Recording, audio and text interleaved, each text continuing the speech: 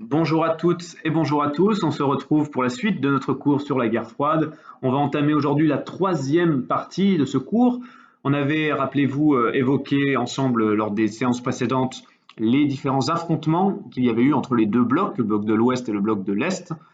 Des affrontements qui s'étaient déroulés notamment en Europe, avec notamment l'Allemagne et Berlin, mais aussi dans des pays situés sur d'autres continents, comme l'Asie, avec la guerre de Corée, la guerre du Vietnam, mais aussi la crise des missiles de Cuba, une île du continent américain, où s'était joué l'avenir de la planète, puisqu'on était au bord effectivement d'une guerre nucléaire. Alors une guerre nucléaire qui n'a pas eu lieu, tout simplement parce que les puissances se sont raisonnées un petit peu et se sont dit, avec l'armement que possède mon ennemi, si je décide de l'attaquer et de le détruire, lui aussi pourra me détruire. Donc on est entré dans une forme d'équilibre, de coexistence un peu pacifique, où on se dit notre armement est là pour dissuader l'ennemi de nous attaquer, mais il ne nous sert pas à attaquer véritablement l'ennemi.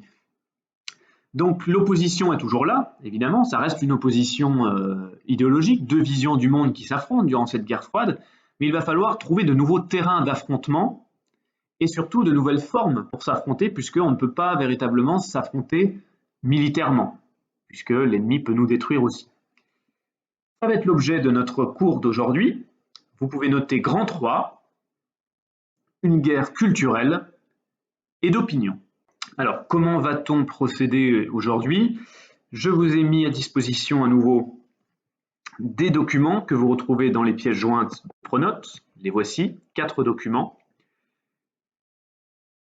Vous aurez besoin d'aller sur mon bureau numérique, donc je vous remontre. Voilà, vous avez un questionnaire intitulé Culture et opinion.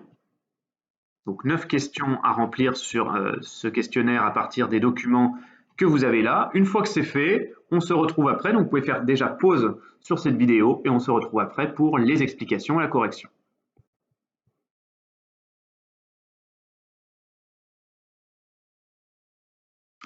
Voilà, nous sommes de retour donc pour l'explication de cette guerre culturelle et d'opinion, la correction de votre questionnaire.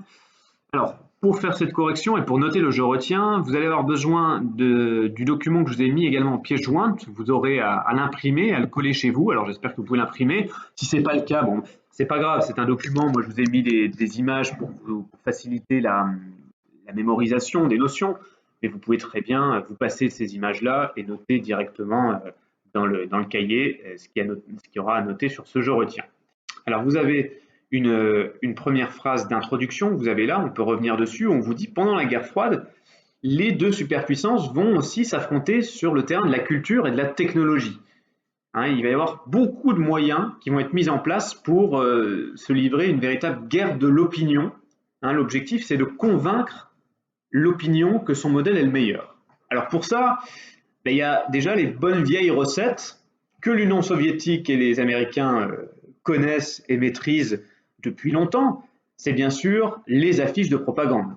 Sur cette affiche, par exemple, vous avez, c'est une affiche soviétique, hein, j'ai oublié de le préciser, on reconnaît l'écriture en cyrillique. Sur cette affiche, vous avez des graphiques qui sont représentés et qui nous montrent les résultats industriels de chacun des deux camps. Et d'ailleurs, le titre est éloquent, on vous dit deux camps, deux résultats. Le camp soviétique représenté par la traditionnelle couleur rouge, hein, donc le camp communiste, pardon, représenté par cette couleur rouge, avec des résultats, vous voyez, qui sont croissants, hein, qui atteignent des chiffres impressionnants, et vous voyez qu'au fil des années, 1950, 1951, 52, 53, 54, c'est toujours croissant, donc les chiffres économiques, finalement, puisque l'industrie est un domaine à l'époque très important de l'économie d'un pays, l'industrie et le domaine économique sont florissants dans le camp communiste. À l'inverse, cette affiche, bien sûr, cherche à comparer avec les résultats du camp capitaliste. Donc les Américains en tête, mais bien sûr les Anglais, les Français, tous les pays qui font partie de ce camp, de ce bloc de l'Ouest. Et regardez les résultats, après une petite augmentation, on va vers une stagnation, voire une baisse à partir de 1954. Et d'ailleurs, c'est intéressant de comparer les images qui sont utilisées. reconnaît des usines pour nous faire comprendre qu'il s'agit de résultats industriels, mais la vitesse à laquelle ces résultats progressent, ça va à la vitesse d'un train pour le camp communiste, alors que ça va à la vitesse d'une tortue pour le camp capitaliste. Donc là, l'idée, c'est bien sûr de montrer la supériorité technologique, la supériorité économique du système communiste. Alors, on ne cherche pas à montrer uniquement sa supériorité, on cherche aussi à montrer que le système d'en face n'est pas le bon. On cherche à dénigrer le système capitaliste. Avec écrit ici sur cette phrase en russe, si ça c'est le pays de la liberté, qu'est-ce qu'on doit appeler alors une prison? Et là, il fait référence à notamment tous ces gens qui ne bénéficient pas des mêmes droits aux États-Unis que la majorité des gens. C'est notamment, en premier lieu, les Afro-Américains, les Noirs, hein, et encore aujourd'hui, vous le voyez, hein, il y a encore avec ce mouvement de Black Lives Matter, des Noirs qui manifestent contre l'inégalité de traitement. Alors imaginez dans les années 50 ou 60, ces Noirs n'avaient pas beaucoup de droits. Hein. Rappelez-vous peut-être de l'épisode de Rosa Parks, qui a refusé qui est une Noire américaine, qui a refusé de donner sa place dans un bus à un blanc, comme la pratique et comme la loi l'exigeait, puisqu'il y avait des parties de bus réservées aux Noirs et réservées aux Blancs. Donc les Noirs en premier lieu, mais aussi certains Blancs. Et qui sont ces Blancs? C'est tout simplement des gens qui font partie du Parti communiste américain. Et ces gens-là, vous voyez, on les empêche de manifester, on les empêche tout simplement d'être libres, on les enferme. Donc là, il y a une critique, un dénigrement du système capitaliste en disant c'est ça votre système de liberté, de démocratie, et au final, regardez ce qui se passe sous la statue de la liberté, sous cet aspect libre, il y a en fait un pays qui enferme certains de ses citoyens. Et puis on va terminer là-dessus pour l'Union soviétique, autre affiche qui est intéressante, vous voyez ici des ingénieurs ou des dirigeants de l'armée peut-être, des soldats visiblement ici, qui veulent envoyer une sorte de colombe, mais sous cette colombe, nous avons une bombe. Donc en fait, le message à comprendre ici, c'est que sous couvert de réclamer, de demander la paix dans le monde, les Américains en fait sèment la guerre, puisque sous la colombe se cache une bombe américaine. Donc vous voyez qu'à travers les affiches de propagande, on a les mêmes techniques qu'on utilisait dans les années 30, c'est-à-dire se mettre en avant son système et dénigrer son ennemi. Alors les Américains font la même chose, sous forme d'affiches, mais aussi sous forme, et là c'est plus intéressant, sous forme de BD, où là on s'adresse même à un public un peu plus jeune que le public qui regarde les affiches traditionnelles de propagande, puisque là c'est une BD très célèbre, hein, qui est encore célèbre aujourd'hui, c'est un numéro de 1954, numéro 78 de la BD, du comics Captain America. Captain America qui est né en fait lors de la Seconde Guerre mondiale, qui avait pour ennemi à l'époque logiquement les nazis, mais comme on est en 1954, les nazis ne sont plus là, il faut trouver à Captain America de nouveaux ennemis. Qui sont ces ennemis? C'est tout simplement les communistes. On vous dit ici les Captain America qui fait face aux commis. Commis, c'est le surnom des communistes, un surnom un peu péjoratif des communistes, et on vous dit ici, regardez Captain America qui défie les hordes communistes. Alors comment sont représentés ces hordes communistes, ces ennemis communistes de Captain America, qui lui-même incarne évidemment l'Amérique puissante, forte, musclée? Eh bien les communistes sont représentés de deux manières. C'est assez intéressant puisque on voit ici d'abord un espèce de créature mutante verte, c'est pas Hulk, hein, mais visiblement doté de puissants pouvoirs qui menace son ami ici, je ne sais plus l'ami de Captain America, mais qui est visiblement torturé ou fait prisonnier par cette créature monstrueuse. Et puis derrière, vous avez des soldats soviétiques qui lui tirent dans le dos. Là aussi, la position des soldats soviétiques qui n'est pas anodine. Tirer dans le dos, c'est aussi une position de lâcheté. On ne fait pas face à Captain America, on lui tire comme un lâche dans le dos. Donc là encore, c'est un outil de propagande, sous couvert de faire une BD gentille pour les enfants. Le message est clair, hein, petits enfants américains, méfiez-vous des affreux communistes.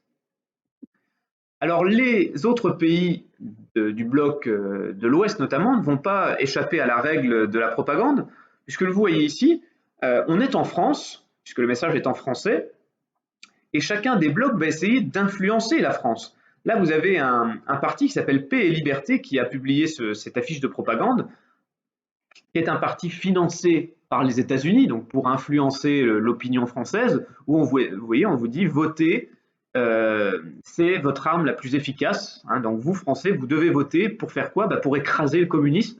Et on voit que ce char est composé en fait de bulletins de vote qui permettent d'écraser le communisme. Autre affiche de propagande plutôt pro-américaine, vous vous souvenez de ce plan Marshall qui servait à financer la reconstruction des pays européens qui avaient été détruits lors de la Seconde Guerre mondiale. En échange, ces pays européens devaient plutôt basculer dans un système favorable aux États-Unis. Alors évidemment, on montre ça, le plan Marshall, comme quelque chose de merveilleux. On voit la Statue de la Liberté qui apporte la lumière sur cette Europe. Alors on voit d'ailleurs que l'Allemagne est déjà divisée. On voit que l'Allemagne n'est pas intégrale ici. On voit que la partie ouest. Donc tous les pays d'Europe de l'Ouest qui sont reconstruits. Hein, on vous dit que ce plan Marshall, ça devient le ciment de l'Europe. Et on voit des étoiles. On voit ici l'oncle Sam, qui est le symbole des États-Unis, reconstruire l'Europe grâce à l'argent américain. Alors vous doutez bien qu'en France, toute l'opinion n'est pas forcément favorable aux Américains, notamment le Parti communiste français, essaye, avec toute sa propagande, de convaincre l'opinion française qu'il ne faut pas se tourner vers les Américains. Au contraire, il faut se tourner vers le camp de l'Est, vers le bloc de l'Ouest et l'Union soviétique. Donc on utilise les mêmes techniques qu'avant-guerre, avec une diabolisation de l'ennemi. L'Amérique est vue ici comme un poulpe avec, vous voyez, ses yeux remplis de dollars, qui essaye d'enserrer dans ses tentacules la France, et on vous dit un message très clair, non, la France ne sera pas un pays colonisé, les Américains en Amérique. Donc c'est un message, une affiche éditée par le Parti communiste français qui souhaite que les Américains n'aient pas d'influence directe sur le sort de la France. Et là, c'est directement une référence au plan Marshall qu'on a vu précédemment, hein, puisqu'on voit ces dollars, des dollars américains qui viennent en France, mais qui sont en fait utilisés pour faire basculer la France dans le camp de l'Amérique. Alors, autre média qui va être utilisé, à part les affiches, et qui est devenu très populaire, c'est la radio. Je vous avais déjà dit que la radio avait été utilisée pendant la Seconde Guerre mondiale, elle va être logiquement utilisée aussi pendant la guerre froide. Chaque camp va essayer de diffuser ces informations à travers les ondes.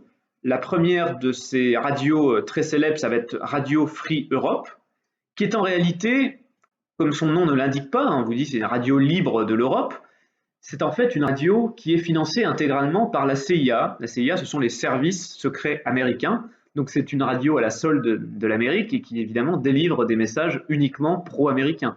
Avec ici en anglais, on vous dit ne laissez pas cette petite, ne laissez pas cette jeune fille grandir sans avoir entendu la vérité. Et on vous dit maintenant, vous pouvez diffuser vos idées sur la vérité et la liberté derrière The Iron Curtain. C'est le rideau de fer, hein, on en a parlé, c'est cette frontière de barbelés qu'on retrouve ici. Donc là, cette fille-là, ce serait une petite fille qui vivrait dans un pays communiste. Et grâce à la radio, eh bien, elle peut entendre la vérité sur le monde, la vérité soi-disant américaine, la vraie vérité. Alors vous doutez bien que les Russes ne vont pas être en reste et vont aussi diffuser une radio qui au départ s'appelle Radio Moscou et puis qui va s'appeler plus sobrement Radio Libération ou Radio Liberty, où vous voyez cette affiche qui représente des manifestants pro-communistes et qui peuvent donc se faire entendre grâce à la radio. Donc il y a une véritable guerre des ondes, une guerre de l'opinion où on essaye de convaincre les gens qui vont allumer leur radio que le meilleur des camps, c'est le camp communiste ou c'est le camp capitaliste. Alors, plus surprenant encore, il y a l'utilisation du cinéma. Le cinéma va être un vecteur de la propagande russe ou de la propagande américaine. Alors ici, vous l'avez peut-être reconnu, pour les amateurs de cinéma, il s'agit du film Rocky IV, qui vous présente en fait un combat de boxe, mais qui finalement est l'incarnation du combat de cette guerre froide entre l'Amérique et l'URSS. Je vais vous passer tout de suite la bande-annonce et vous allez tout de suite comprendre le modèle diffusé par ce film qui est américain, évidemment, où on va présenter les deux belligérants de manière assez différente et assez caricaturale. Today, the Soviet Union has officially entered professional boxing. This is not just an exhibition fight. This is us against them. He would like to compete against anyone who is qualified. Drago is the most perfectly trained athlete ever. Whatever he hits, he destroys. He could have stopped the fight.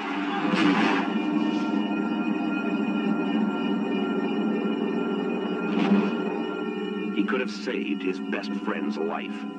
I'll never forget you, Apollo. But now, the one thing he can't do is walk away. Has the fight date been set yet? December 25th. Where? It's in Russia. Are you nuts? Miss Balboa, when will you be going to Russia? I'm not going to Russia. I don't know what you're talking about. He's had one professional fight, and one man is dead. To baby, he's gonna have to kill me. Why can't you change your thinking? Because I'm a fighter. You can't win!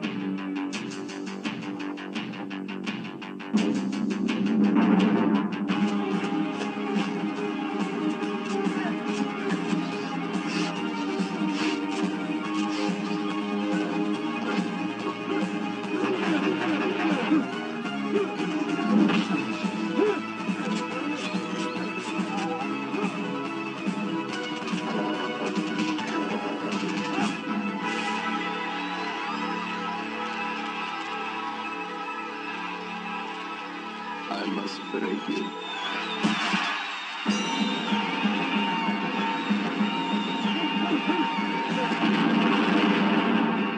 Rocky IV.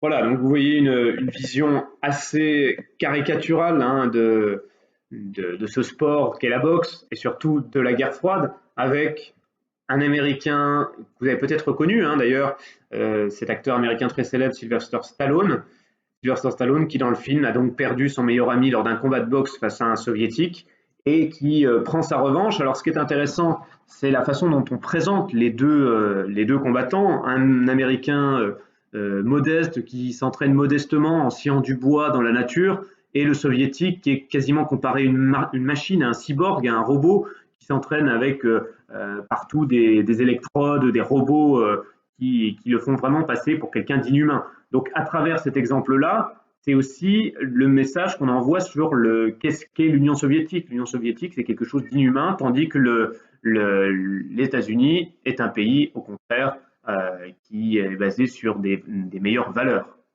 Alors, vous allez pouvoir noter ces premières choses qu'on a évoquées ici sur la feuille que je vous ai demandé d'imprimer, pour ceux qui peuvent l'imprimer. Donc ici, en face des premiers documents, sur la partie droite, la partie blanche ici, vous pouvez noter la première exemple de guerre d'affrontement non militaire entre les deux pays, c'est la propagande qu'on peut qualifier d'artistique ou de culturelle. Alors une propagande qui se fait sous forme d'affiches, dans les deux pays hein, d'ailleurs, et même dans les pays alliés, hein, vous avez vu l'exemple de la France, sous forme d'affiches, mais aussi sous forme de BD, avec l'exemple de Captain America, la radio, ou encore le cinéma, avec cet exemple que je viens de vous montrer avec le film Rocky IV.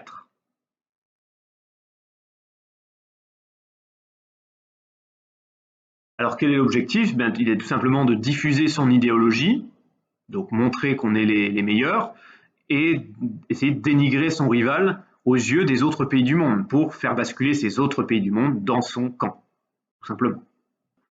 Alors, autre moyen de montrer sa supériorité, notamment sur le plan technologique, c'est la conquête de l'espace. La conquête de l'espace, en fait, c'est quelque chose qui naît à partir des années 50. C'est un objectif que se sont fixés beaucoup de scientifiques, et notamment les soviétiques. Les soviétiques vont être en fait les premiers à faire la conquête de l'espace. Alors, sous quelle forme? C'était la question que je vous demandais. La plus célèbre, c'est l'envoi d'un premier espace, mais vous doutez bien que avant d'envoyer un homme, on a envoyé d'autres choses. Donc, dès 1957, on envoie le premier satellite de l'histoire en orbite autour de la planète. Le voici. Ce satellite s'appelle Sputnik 1. Puis suivront d'autres envois, mais cette fois-ci avec des êtres vivants. Alors pas tout de suite des hommes, on va d'abord envoyer des animaux, notamment des chiens. Cette petite chienne qui s'appelle Leica sera le premier être vivant de l'histoire à aller dans l'espace. Alors malheureusement, cette petite chienne ne survivra que quelques heures, puisqu'elle mourra notamment due à la chaleur et à la pression dans sa petite capsule. Mais ça donnera beaucoup d'idées aux scientifiques soviétiques et ça montrera notamment leur supériorité par rapport à leur adversaire américain. Plus tard, on est en 1961, en avril exactement, et c'est l'envoi du premier homme que voici, qui est soviétique, Youri Gagarin, premier homme à aller dans l'espace. Il fait un voyage en orbite, c'est-à-dire qu'il fait le tour de la Terre dans l'espace, pour un voyage qui dure un petit peu moins de 2 heures. Donc il part de la Russie, il fait le tour, il passe par l'Asie, par l'Amérique, il remonte ensuite vers l'Europe. Donc pendant 2 heures, et finalement il survit. Il ne mourra pas lors de son voyage. Donc c'est un exploit incroyable qu'ont fait l'Union soviétique et qui a alerté Kennedy. Vous le voyez dans son discours, Kennedy montre que son adversaire a de l'avance, son adversaire qu'il qualifie de tyrannie, puisqu'il dit nous sommes engagés dans une bataille entre la liberté et la tyrannie. Il parle, la liberté, c'est bien sûr son propre pays. Et il dit qu'il y a un retard à combler et que les Américains doivent absolument remporter cette bataille technologique et montrer au monde que la nation américaine est supérieure. Alors comment faire? Puisque les Américains vont à leur tour, quelques mois, quelques années après, faire la même chose que les Russes. Mais il ne faut pas faire la même chose. Le but, c'est de faire mieux. Alors comment faire mieux? Eh bien tout simplement en envoyant quelque chose qui n'a jamais été fait auparavant, en envoyant un homme sur la Lune, sur ce satellite naturel de la Terre, qu'est la Lune. Le premier homme, ou les premiers hommes à arriver à marcher sur la Lune sont 2 Américains. Vous le voyez ici, c'est Neil Armstrong, le second lors de ce même voyage d'Apollo 11, la mission Apollo 11, ce sera Buzz Aldrin. Donc vous voyez comment cette conquête de l'espace est en fait une espèce de guerre de l'opinion. On essaye de montrer encore une fois au reste du monde que sa technologie, ses scientifiques, ses ingénieurs sont les meilleurs. Donc forcément, si ces gens-là sont les meilleurs, c'est que le système dans sa globalité est meilleur. Donc au départ, on a une supériorité de l'Union soviétique, et puis on rattrape le retard du côté américain avec ce premier pas d'un homme sur la Lune qui se déroulera à l'été 1969. Alors on peut le noter sur votre petite fiche, ici, donc en face des deux photographies que vous avez là, de Youri Gagarin et de Neil Armstrong, vous pouvez noter. Deuxième aspect de cette guerre culturelle et d'opinion, c'est la conquête de l'espace. Donc ça démarre avec les soviétiques qui réalisent le premier vol spatial d'un être vivant, avec la chienne Laika, je vous en ai parlé en 1957, après avoir déjà envoyé les premiers objets, les premiers satellites, mais là sans être vivant, on envoie une chienne.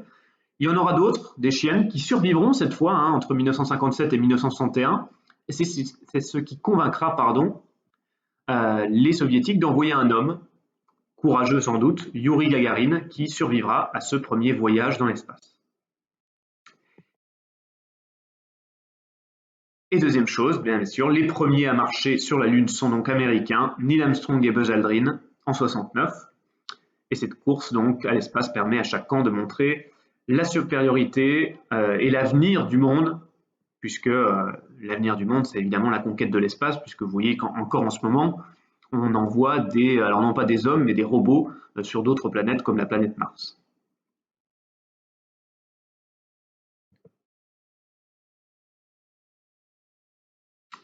Alors, dernier élément de cette guerre culturelle et d'opinion, plus surprenant encore, c'est la guerre, ou c'est l'affrontement sur le terrain sportif. Et principalement et notamment les Jeux Olympiques. Alors pourquoi? Pourquoi le sport a-t-il une part importante à prendre dans la guerre froide? Et bien encore une fois, le sport qui devient un phénomène de plus en plus médiatisé, de plus en plus télévisé aussi. Donc là, encore une fois, on utilise un média, la télévision, et notamment les Jeux Olympiques, qui sont vus par des millions, voire presque des milliards à la fin du XXe siècle, des milliards de téléspectateurs. C'est bien évidemment un moment à ne pas manquer pour ces deux puissances que sont l'URSS et les États-Unis. C'est un moment à ne pas manquer pour montrer que son système social est le meilleur puisque c'est celui qui fait gagner les athlètes. Donc là, encore une fois, on vous dit, c'est pour montrer, c'est une preuve aux yeux des téléspectateurs que soit l'Union soviétique, soit les États-Unis sont les meilleurs. Alors moi, je vous ai choisi deux moments clés de cette guerre froide pendant les JO. On va voir d'abord en 1972, on est aux JO de Munich, en Allemagne, et c'est un match de basketball. Basketball, vous le savez, c'est un sport qui est né aux États-Unis, qui est le sport national aux États-Unis, et que les Américains remportaient, au niveau olympique, remportaient à chaque fois jusqu'en 1972. On est en 1972 et la finale oppose l'Amérique à l'URSS. Je vous laisse visionner cette vidéo et vous allez voir ce qui s'est passé. Depuis 1936, les États-Unis ont toujours gagné en basket au JO. Quand l'Américain Collins passe ses 2 lancers francs en 3 secondes de la fin, c'est fait, son pays va être champion olympique devant l'ennemi de l'époque. L'URSS tente une contre-attaque désespérée, s'ensuit alors une fin de match très particulière. L'entraîneur soviétique évoque un temps mort demandé auparavant. Son équipe joue une attaque différemment, ne marque pas, les États-Unis sont enfin champions. Scène de joie pour cette victoire symbolique.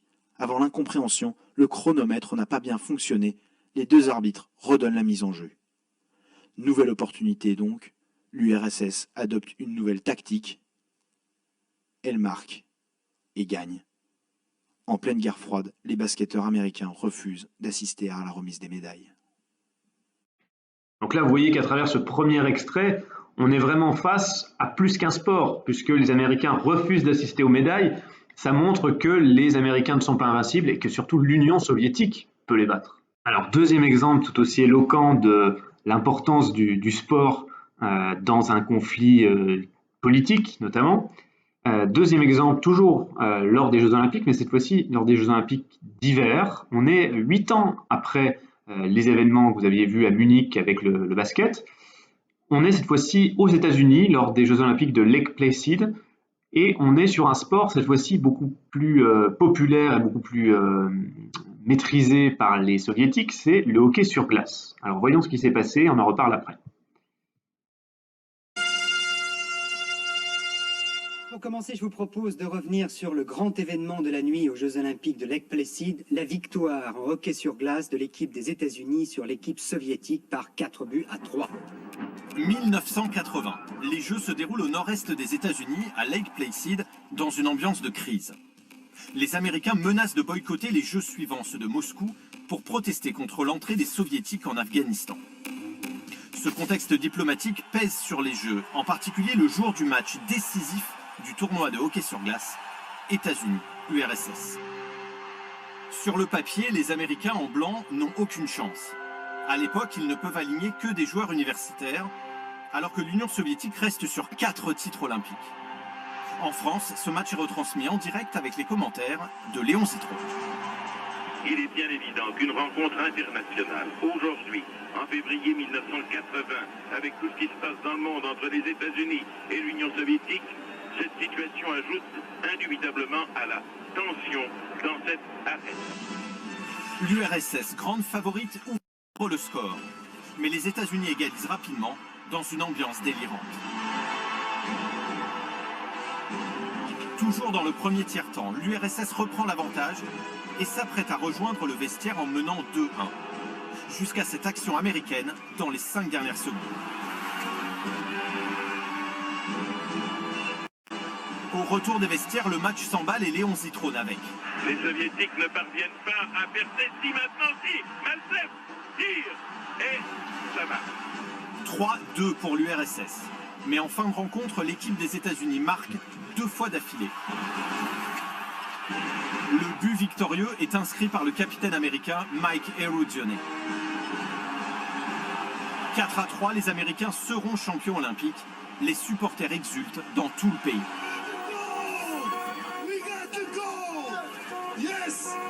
Cette victoire reste dans l'histoire du sport sous le nom de Miracle on Ice, le miracle sur glace. Disney produit même un film sur le match. Quand les Jeux reviennent aux États-Unis en 2002 à Salt Lake City, c'est Mike Eruzione, le capitaine de l'équipe de 1980, qui est le dernier relayeur de la flamme. Il est rejoint par ses anciens coéquipiers Tous ensemble, ils allument la vasque olympique, 22 ans après leur victoire historique. Voilà pour la conclusion de cette partie sur le sport dans la guerre froide. Donc vous le voyez à travers ce deuxième exemple, cette fois où ce sont les Américains qui battent les Soviétiques à leur propre jeu, le hockey sur glace. Alors c'est intéressant de voir l'exploitation qui en est faite après, puisque ces pays ensuite exploitent bien évidemment ces victoires pour montrer qu'on est les meilleurs. Vous avez vu que Disney s'en est emparé pour faire un film sur la victoire américaine. Plus récemment, alors que l'Union soviétique n'existe plus, la Russie a refait un film sur la victoire russe soviétique en 1972 en basket, qu'elle a intitulé 3 secondes, puisque c'est lors de ces 3 dernières secondes que l'Union soviétique avait battu les États-Unis. Donc, vous voyez comment on peut exploiter le sport. Ce qui est intéressant aussi dans la vidéo que vous avez vue, c'est qu'on vous dit que les États-Unis utilisent les Jeux Olympiques pour éventuellement boycotter un événement politique et géopolitique, c'est l'entrée en guerre des Soviétiques en Afghanistan. C'est un événement de la guerre froide. Donc le sport a toujours servi, et notamment dans les dernières décennies, d'objet politique. Vous voyez encore dernièrement, puisque la Coupe du Monde 2022 de football, qui doit se dérouler au Qatar, est menacée de boycott par un certain nombre de pays et de joueurs notamment, parce que au Qatar est pratiquée une forme d'esclavage moderne des ouvriers qui ont construit le stade. Donc là aussi, le sport sert de vecteur, de message pour une situation politique ou géopolitique. Alors concluons là-dessus en notant la dernière partie du Je retiens, dernière partie en dessous, vous voyez ici, où je vous ai regroupé quelques illustrations des Jeux Olympiques. Donc dernier élément d'affrontement pour cette guerre culturelle et d'opinion, c'est le sport. Et plus particulièrement les Jeux Olympiques, je vous l'ai dit, parce que c'est l'événement, en dehors du football et de la Coupe du Monde, c'est l'événement sportif le plus médiatisé, le plus suivi au monde. Donc vous pouvez noter, on terminera là-dessus. Le sport est également un enjeu de supériorité entre les deux grandes puissances. Les Jeux Olympiques, qui sont très médiatisés, sont donc l'occasion de prouver à des millions, j'aurais même pu dire des milliards de téléspectateurs, que le modèle de société prôné soit par l'URSS, soit par les États-Unis, est le plus efficace puisque ces athlètes gagnent. Voilà, on s'arrête là pour aujourd'hui, c'est la fin de cette troisième partie. Il y en aura une dernière à partir de la semaine prochaine sur la fin de la guerre froide, comment s'est terminé ce conflit, qui l'a emporté et quelles sont les dernières dates à retenir. En attendant, je vous souhaite une bonne journée et bon courage pour la suite de ce confinement.